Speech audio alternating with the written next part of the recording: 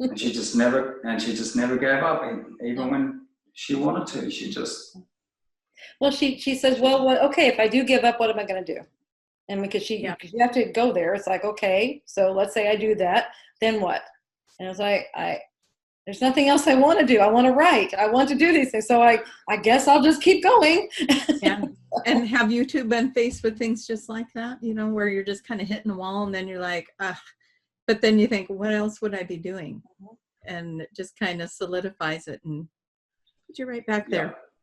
Yeah, I went through a real patch where just nothing was happening, and I was advertising and I was just getting bombarded with negativity, and I was just like, man. And I felt like I was letting it in, and it was starting to affect me. And then one night I went into meditation, and because I very much know what I want to do into a meditation, and I imagine that Dolores was on a park bench in a beautiful place, and I kept on going until I found her. And then I saw her, and she said, "You know what?" I said, "What?" She goes, "You don't know how many nights I've cried by myself." And I just had to keep going and going and going. And I was like, oh, fine. Pity party over. Got up on my horse again, thanks.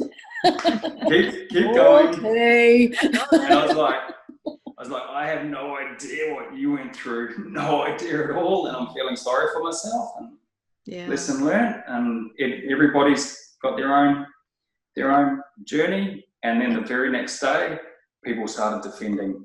People started coming out of the woodwork and started defending me. No, John's not like that at all. And see, mom would call that, she would always call that, it was like the testing time.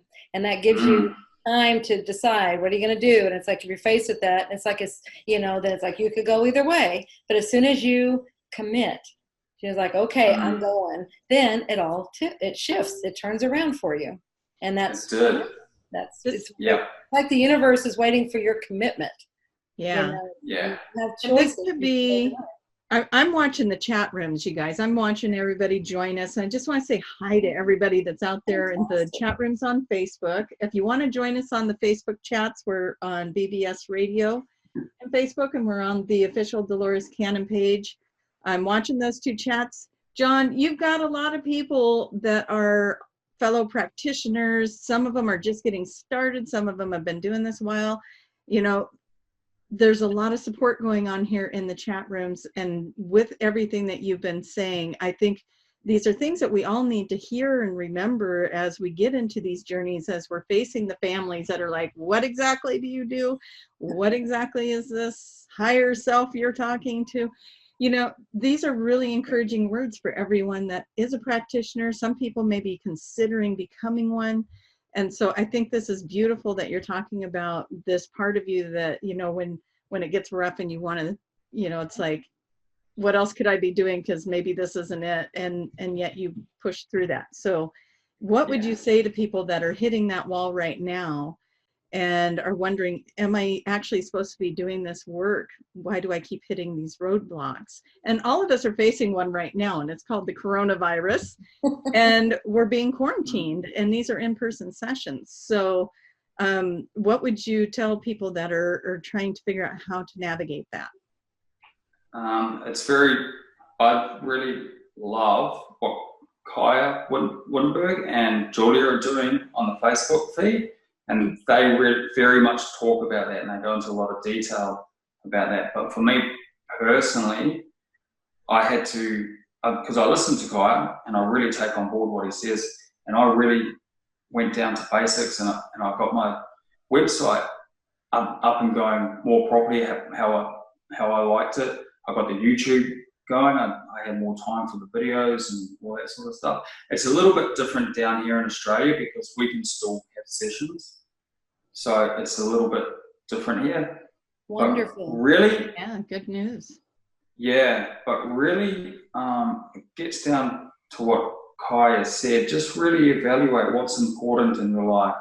Do I really need that? Do I really need this? And then ask yourself, why do you feel like you need that? Like, why? What's the purpose in having that? If it's a material thing or if it's just whatever, it's really getting back down to you, and it's quiet time, and just focus on what you want. And it could honestly, it could be a whole start of a whole new life for you. And it's very much, I put the analogy of, if you have a relationship with somebody and maybe you get divorced, or you've gone through a divorce, and it hurts at that time, and it just sucks. It's just terrible, and it's a horrible time through your life. But then when you get through to it on the other end, you're like, wow, that was actually the best thing that happened to me. Wow, if I didn't have to go through that, then I've grown, and I wouldn't have met my next partner, or I wouldn't have been able to move in my life. I would have been stuck in that, in that situation. And even though it was hard, like the coronavirus is hard, and that is just very much just, okay, we can't control the storm, but all you can do is just evaluate it, and then just see what the storm does after it, and then go out and try and heal or fix, or just do whatever you need to do. If you got kids, just tell them you love them, and they're going to be okay. Yeah. And very much don't feed into the fear. Don't believe. I love what Dolores Cannon said. Ask lots of questions. Don't believe any of them, and just make up your own mind. Mm-hmm. Mm-hmm. It's as simple as that. Yeah. It is simple, and I love your analogy. That's really good. Mm-hmm. Thanks. Yeah.